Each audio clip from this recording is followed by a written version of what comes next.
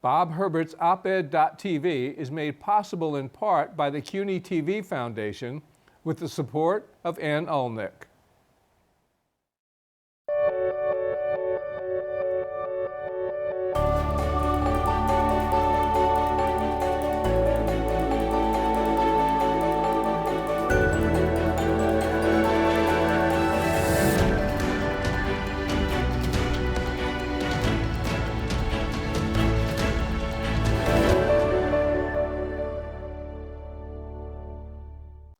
Hi, I'm Bob Herbert. Welcome to OpEd.tv. We keep being told that the economy is great, and it's true that unemployment is as low as it's been in nearly half a century, and inflation is also low. But if the economy is so good, why do so many people feel financially insecure? Why are so many workers and their families struggling? The Gallup organization tells us that a majority of Americans do not think that their jobs are good ones. And several studies have shown that some 40% of Americans would be unable to come up with $400 to cover an unexpected expense, like a medical bill or an auto repair. We'll talk about all of this and more with my guest, Dr. Carl Van Horn, an expert on employment issues and the founding director of the John J. Heldrich Center for Workforce Development at Rutgers University. How are you? Thanks for coming in. I appreciate it. Thanks for inviting me. So let's start with the unemployment rate, that dominates the headlines, but it can give a false sense of where the economy is at. Yeah, that's a question that's asked by the Bureau of Labor Statistics, and it basically is, have you worked at all in the last week? Is what they asked the question. So what that leaves out is people who are out of the labor market, they've given up looking for a job. They may only be working 2 hours that week, but then they're counted as employed. Right. So they're underemployed. We call that underemployment. And so if we count all the people that want to work or need a full-time job, we look at that whole picture, it's actually exactly twice that number. So it's actually 7% of the people. And that doesn't even get into the question of whether the jobs are actually family sustaining and helping them earn enough money to shelter themselves and pay for their family. That's a different question. But so it's very misleading. And it sort of leaves out all these people that I call those that are left behind. Right. In particular, the long-term unemployed who are not counted at all because they've been perhaps out of work for 6 months or a year and suffering from all sorts of maladies, and then they just stop looking because they're discouraged. Right. It also doesn't count people we call involuntary part-time workers. They need a full-time job, but they can't find one, right? But they're counted as employed. They're counted as employed, right, exactly. So this probably will never change because the press has been stuck on this top-line number for many years, and people think it's a liberal conspiracy when we look at these other questions, but it's just a fact that there are all these people that are left out. So one of the points you mentioned is that it doesn't tell you about the quality of the jobs, whether these jobs are self-sustaining or not. Where are we in terms of job quality in a general sense? And if there's such a thing as the typical type of job that most Americans hold, are they decent jobs? Are they family sustaining? Well, they're not. I mean, the data point you cited is a very important one. The Federal Reserve Bank collected that information that finds that 40% of Americans don't have more than $400 in the bank, right? So that's a car repair, a dental trip or whatever, and then they have no money, right? Exactly. So clearly people are not earning enough money. But I think more importantly, most people these days feel that they have what I call a precarious job.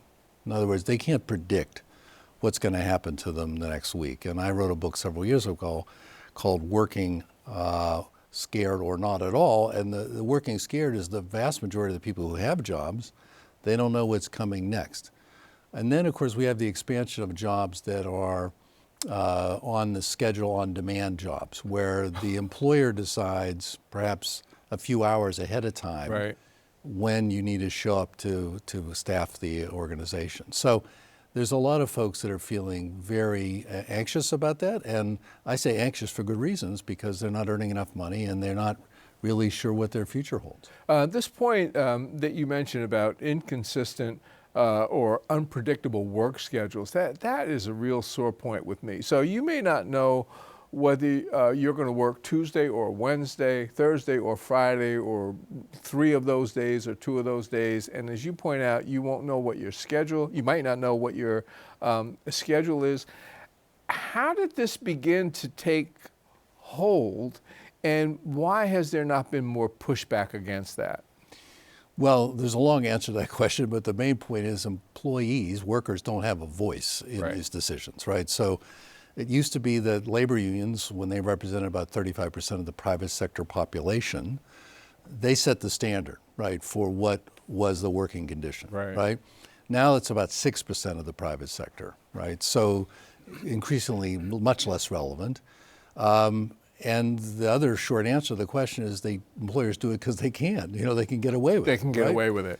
Right. So, and think about this. If you're a working mom, a single mom, how do you schedule childcare if you don't know whether you're going to work the next day or not? What if your children are in school? So it really, in that sense, walls out a lot of people from even having those opportunities in the on-demand economy.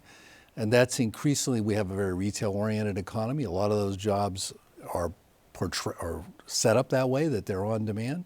So it's becoming very difficult, even at that lower rung of the ladder of the economy, to really have a stable position. And what if you're going to college and you're trying to advance your potential opportunities, and so you've got college classes scheduled for when you're not supposed to be working, but if the employer can just change your hours anytime, I mean, it just throws that right out the window, it seems to me. Yeah, that's right. I mean, that's another downside. So all of those, that type of work, as we talk about the quality of jobs, I think the other issue important to bring up is whether employers provide any family leave, to take care of a sick child, a relative, a spouse.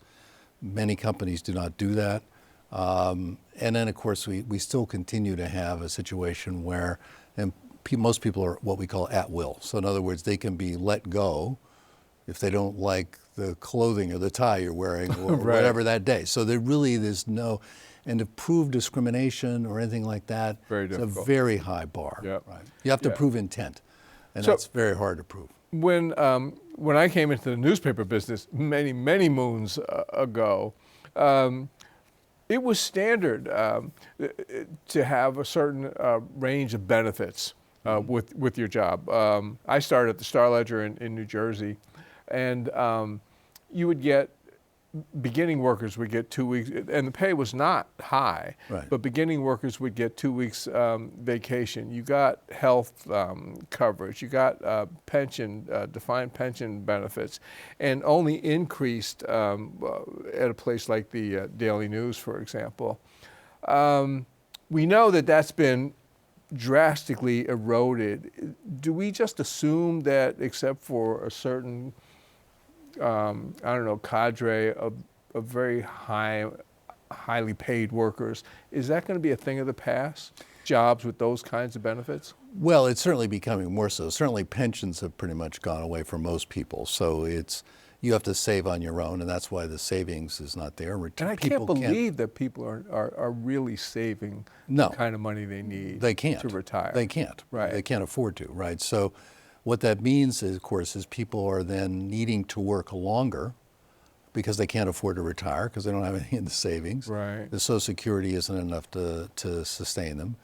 The other point is that even if they do have vacation benefits, paid vacation, and fewer people do have that, we find that many people are afraid to take the vacation for fear that they will disappoint their employer who's expecting them to be there, right? So there's all of the cards are stacked in favor of the employer in this country. And we have some ways in which governments have intervened to try to level the playing field to some extent, but absent a strong worker voice with a union, right now it's completely asymmetrical. That's really interesting. So you're entitled to a vacation, but you may not take it because you're afraid you might actually lose your job, but you may lose out on a promotion, or you're just not going to be favored by your employer. You're not seen as productive. So it becomes Sally problematic. Who doesn't take a vacation. So Wow. So all of this, as you're pointing out, most of this is a result of the fact that workers are not organized. I mean, the labor unions, for the most part, for more than 90% of workers, have become a thing of the past. Right. And workers are not organized in any way. It's not just labor unions, they're just not organized. Whereas employers are organized. They're organized every which way from sundown. How did we get to this state of affairs, and why is it not more widely recognized that workers will continue to get the short end of the stick if they're not organized? That's a $64,000 question, which we don't know the answer to. First of all, it's been gradual, right? So it's not like it happened overnight. I think that unions also didn't do a great job in many cases. I agree with right, that. Of showing that their intent was to help their members as opposed to the union leadership. Now that's a broad statement, and not all unions at all by any means. No, but it's true. Unions had a tremendous number of problems. Right. Yeah. So there was that. Some of the industries where the unions were strongest have been offshored, or some don't exist. Some there don't was exist. a printers union. There was a printers union. There was textiles, for example, which is no longer in this country pretty much. Or companies were able to move their plants to right-to-work states. Right. So the auto industry often, first it went south, then it went real south, to Mexico and other places. So I think that's part of it. And I think the other point is that the Democratic Party really, which is the group that was most associated with unions, really did not fully embrace them as a partner in many cases. So now we have public employee unions, which are really the strongest voice, and they still have an influence, clearly. Right. But when it comes to manufacturing, retail, and so on, much diminished for all those reasons I mentioned. Right. The gig economy, these consultants and freelance workers, it's so-called independent workers. You think of Lyft and Uber drivers and that sort of thing. That's become obviously a big deal nowadays. Who benefits from that, and who gets the short end of the stick on that issue in terms of the gig economy? Well, clearly customers think they benefit from it because they use it a lot, right? So there's a real demand for it, and companies are meeting that demand. What the people that own the companies, of course, benefit the most, the workers themselves do not. Because again, while many people will say, well, this is just a way folks supplement their income, in fact, most of those workers, the contract workers, on-demand workers, and so on, gig workers, that is their income. That's their income. Yeah. So it's not that, they have a job on Wall Street and they're a Lyft driver on the side. That's not the this case, is how they're paying, right? And they have families. Right. And they, again, many of them are driven by the great god of the algorithm, which really tracks them very carefully and makes sure that they're constantly productive. And in case like some companies where let's take Amazon, where most all the people who deliver those things that you get at your doorstep or your apartment are actually contract workers. Right. So they're avoiding any of the liability. A lot of people think of them as Amazon they're not workers Amazon, or they're not, Walmart workers. Right, so they have to maintain their truck, they have to take care of it, they have an accident, they have their insurance, et cetera, et cetera. So it again is a way of pushing away the responsibility that the company has for the worker and giving the company more flexibility. And in the process, what happens is the worker loses predictability, stability, benefits, and peace of mind. But that's what they have available to them because there's fewer and fewer jobs that have that suite of benefits that you associated with the Star Ledger earlier. Right.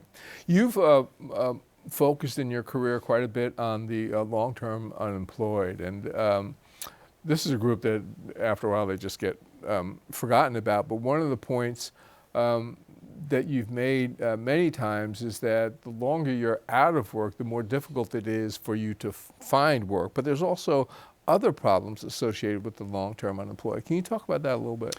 Sure. I mean, one of the things that happens with long-term unemployment is that, and this is just to understand if you've never been long-term unemployed, there are almost no benefits available to you until you become really poor. Right. Right. So there's no cash assistance. There's no easy street waiting for you. So what happens is that you're on your own to try to figure out how to get back into the labor market.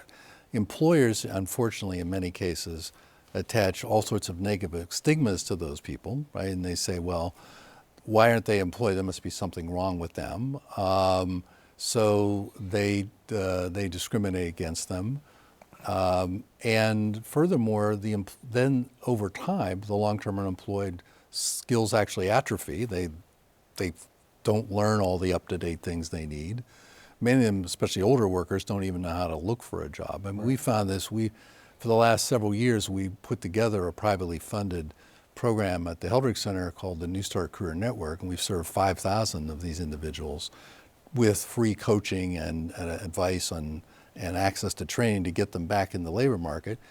Most of them have gotten back, but at diminished wages, significantly diminished wages. We also find that they experience a great deal of mental health problems. And of course, the mental health network in this country, there isn't such thing. It's very tattered. Losing a job is a traumatic experience. And losing your home, your income, going bankrupt, you can imagine what that does to people. So even if they have the skills, they often struggle. So, and there's just not much available to them in this country. Right. Talk a little bit about the center. When was that established, and what were your goals? And give us the name of it again. It's the Heldrich Center for Workforce Development at Rutgers University. We founded it about 22 years ago. And the purpose was essentially to figure out how can we study and develop the strategies that will help address some of these problems which were existent then and they're still existent now, from the basis of a research university, developing evidence of strategies that are effective.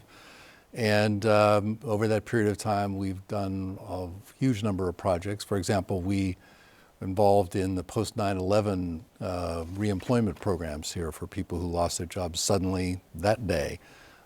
We've helped people with disabilities, help them find competitive employment. So again, studying strategies to do that. Right. So those are really our goals, essentially help people that are left behind and come up with strategies that might help either in the public sector or the private sector. And you mentioned older workers, and I would imagine, but you can tell me if this is true or not, they're particularly susceptible to falling into this group of the long-term unemployed. But also, what are some of the other challenges that older workers are facing? I'm thinking about baby boomers now, who are the older people in our society. Well, they don't have savings, as we said before. They still face debts, often to help their children who went to college and help them continue to pay their debts, perhaps help an elderly parent. So they're in that sandwich generation, as we call it, that really is hurting at both ends in many ways. And if they lose their job, then that is really a very difficult problem. They can't afford to retire. So they are downwardly mobile at that point where you would want them, hopefully, to be earning and maximizing their earning potential, so they could afford to retire at a reasonable age. They also, older people also face all sorts of discrimination, ageism, and so on, expectations that attach to them that they're no longer capable. Again, hard to take action on that legally, but we know it's true because when you do audit surveys, you send out identical resumes, and if you put the age in or take the age out, people who are older are much, much likely to get called back for an interview. Right. So it's just a fact that they struggle. And as you said, this population is getting larger because of the continuing normal retirement age of the baby boomer generation. We had the Great Recession in, I guess it ended in 2009. So 2008, 2009, you had this Great Recession. And we've had a recovery since then. That's a very long time. Are you surprised at how long this recovery has lasted? Yes, but it's also been a very gradual one, and that's important. We did not have a hockey stick recovery. It went straight up like this. It's sort of just a very slow upward glide path. And it's been sustained by a number of things. which is a whole other program, but We'll have you back. That'd be but great. one of them is a great deal of borrowing on the part of both people and the government. Right. So we either cut taxes or we increase spending, or both. But our deficit continues to go up. So we've continued to spend, and so we are a consumer-driven economy. So people have more money, and when they have money, they spend it. Right. And that stimulates growth. So that's what's been going on. And we've also had very low interest rates, lots of liquidity. People are able to borrow money, borrow on homes, borrow on cars, borrow to build new industries and so on. So all of this has helped support that growth during that period. Now, a recession will come at some point. We hear talk about recessions periodically. It hasn't occurred yet, but at some point we'll have a recession. As you point out, deficits have been rising. I mentioned at the top of the show that interest rates are low. So there's not a lot of money available for the government to fight the next recession. We've mentioned that people's jobs are not great ones and they don't have a tremendous amount of saving. So how should we think about the possibility of the next recession, and what should ordinary working people be doing to prepare themselves?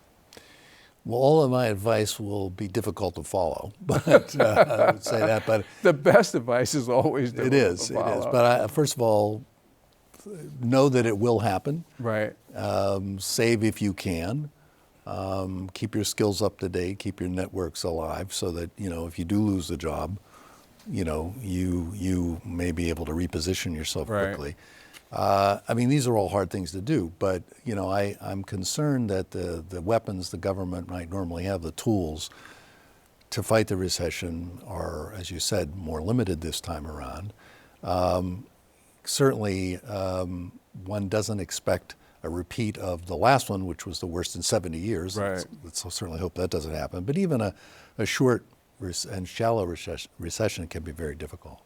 We've only got about a minute and a half left, but if you're looking ahead at what's in store for America's workers, or what kind of preparations we should be making, what are the things that come to mind for you? Well, I think we've already talked a bit about what people can do, but I think that from a governmental standpoint, I'd say it fairly simply, which is that the federal government in particular needs to wake up that we're in a different economy than we were when most of the laws that were passed was during the great post-depression, right? So unemployment insurance, all those laws that were created in the 1930s, most of them are still basically churning along as if that economy still exists. Right, as if It's gone. Right.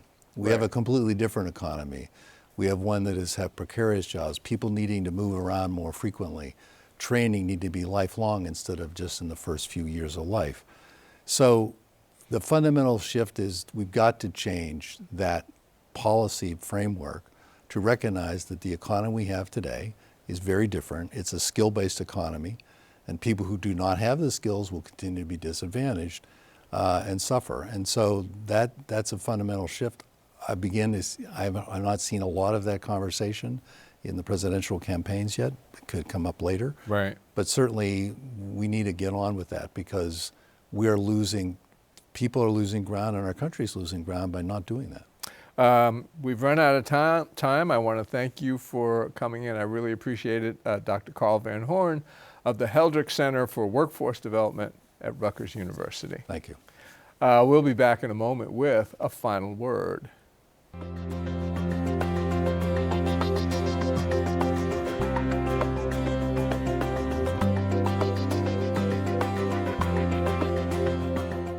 Hats off to Jane Fonda. The 81-year-old actor-activist has been demonstrating at the Capitol in Washington, D.C.